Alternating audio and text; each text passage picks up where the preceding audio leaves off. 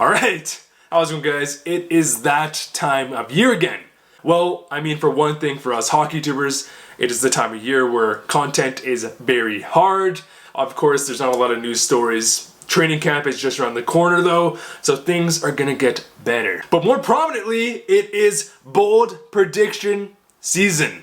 And for today's bold predictions, we will talk about 5 bold predictions about the Vancouver Canucks for the 2019-2020 season. And keep in mind, guys, bold predictions are exactly what it sounds. They are bold predictions. They are not meant to be taken too seriously, and again, they are bold for a reason. Also, guys, my setup is kind of weird right now. I'm not where I usually am. I'm kind of switching things around. I'm trying to get eventually to have kind of a set where I have stuff in the background and you're not just looking at my closet and my door or just a blank wall. But I guess we're gonna have to get to that one day. However, my first bold prediction about the Vancouver Canucks is that Quinn Hughes will be a Calder finalist. Quinn Hughes, of course, is an elite skating offensive defenseman who will really be the future of the Canucks blue line. I really feel like I've already beaten the topic of Quinn Hughes with a wooden spoon, but it's just because it is a topic that I'm probably most excited about. Quinn Hughes really did prove to us in the last 5 games of last season that honestly, all the hype was real.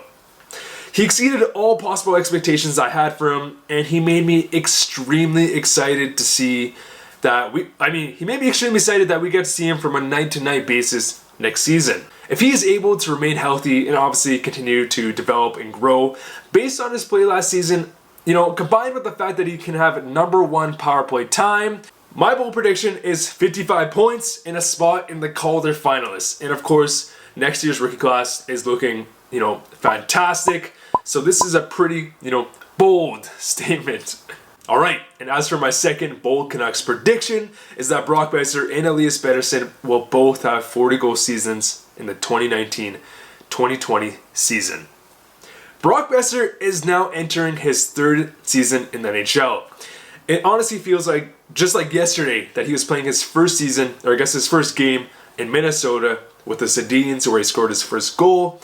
Where has the time gone? And in his first 2 seasons, he's gotten just under 30 goals. And would have most likely hit the mark if he had remained healthy and played a full season. Boeser is about to start his first season in the NHL where he isn't coming off a serious injury. In the first offseason that he's been able to, properly train and get to his regular schedule. I truly do believe that a healthy Boeser, combined with obviously individual growth, and the fact that, the Vancouver Canucks are just growing as a team, should elevate Boeser to a 40-goal upside.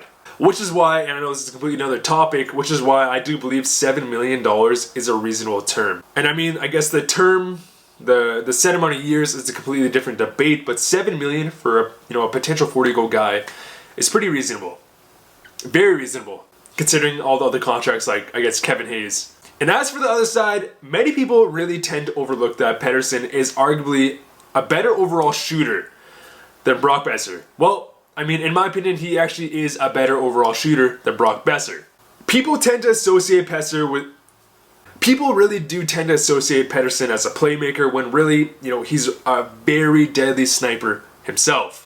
Last season, Pettersson put up 28 goals in 71 games. Of course, he did trail off a lot within, the last 20-30 games of the season. I'd say the last 20 games of the season. Up until the 50-game mark, Pettersson was pretty, more consistent. However, if Pettersson did play a full 82-game season based on his production, he would have had 32.3 goals in 82 games. Not to mention that many people are predicting the Vancouver Canucks power play, especially myself, to be much better next season. Pettersson may see 8 more goals just in the power play. But the more important factor that will boost his game for next season is the fact that Pettersson has been rigorously training this offseason to gain, more strength, more size, and more importantly, just skill in general.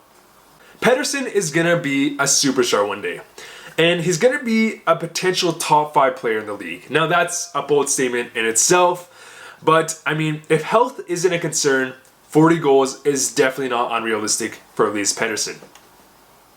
My third prediction, and perhaps the most bold prediction here, well, not really, is that the Canucks will remain healthy.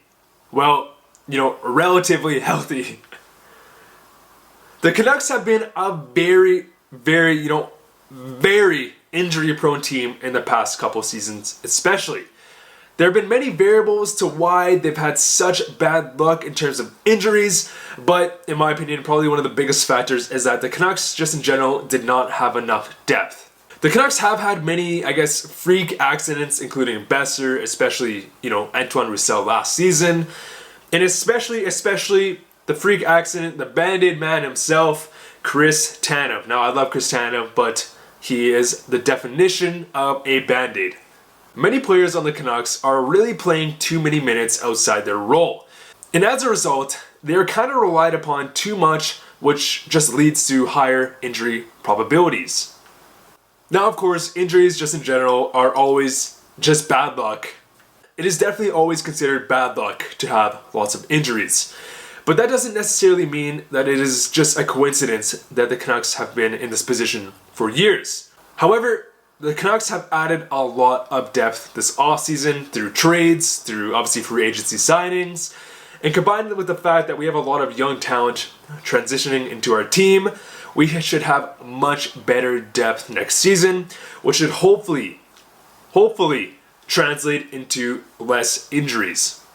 Now, my fourth bold statement is that the Vancouver Canucks are going to be in the playoffs next season. Now, to lots of fans, this may not be a bold statement, but to probably the whole NHL, this is considered more of a bold statement. The Canucks were only 9 points away from the playoffs last season. Even with all the freak injuries that were just stacking up on each other, the lack of depth, and the fact that we were number 1 in terms of 1-goal losses last season. The Canucks were a lot closer to the playoffs than, most people think, especially all the people that did not watch Canucks games. And to say that the Canucks have not improved this offseason, based off internal growth and through offseason acquisitions, is an even bolder statement. Now, next season, we're going to see a lot of growth within the Western Conference. A lot of teams are going to be getting a lot better, seeing massive improvements like the Arizona Coyotes. Even the Colorado Avalanche are going to be a much better team, probably. However, I do truly believe that if the Canucks can remain healthy, that we will be definitely in the mix for a playoff spot. We're going to see a lot more meaningful hockey, and after what it seems like a 6-year rebuild, it is going to be very exciting for us Canucks fans that we're done with all the the relentless losing and disappointing finishes, and that there's a chance that we get to see playoff hockey once again with our brand new, very exciting young core. And the fifth, and perhaps the boldest prediction that I have about the Vancouver Canucks heading into the 2019-2020 season is that Elias Pettersson will carry the Canucks to the playoffs on his back, which in return will land him the Hart Trophy. Let that sink in. No, but for real, Elias Pettersson is a star. There's definitely no questions about that.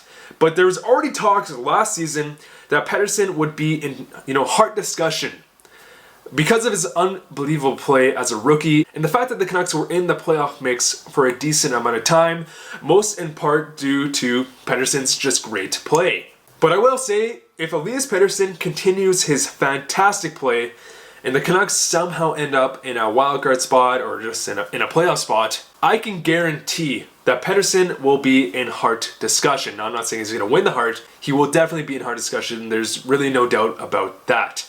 Now, I've not seen a Canuck that has been so clutch in such a, in a very long time.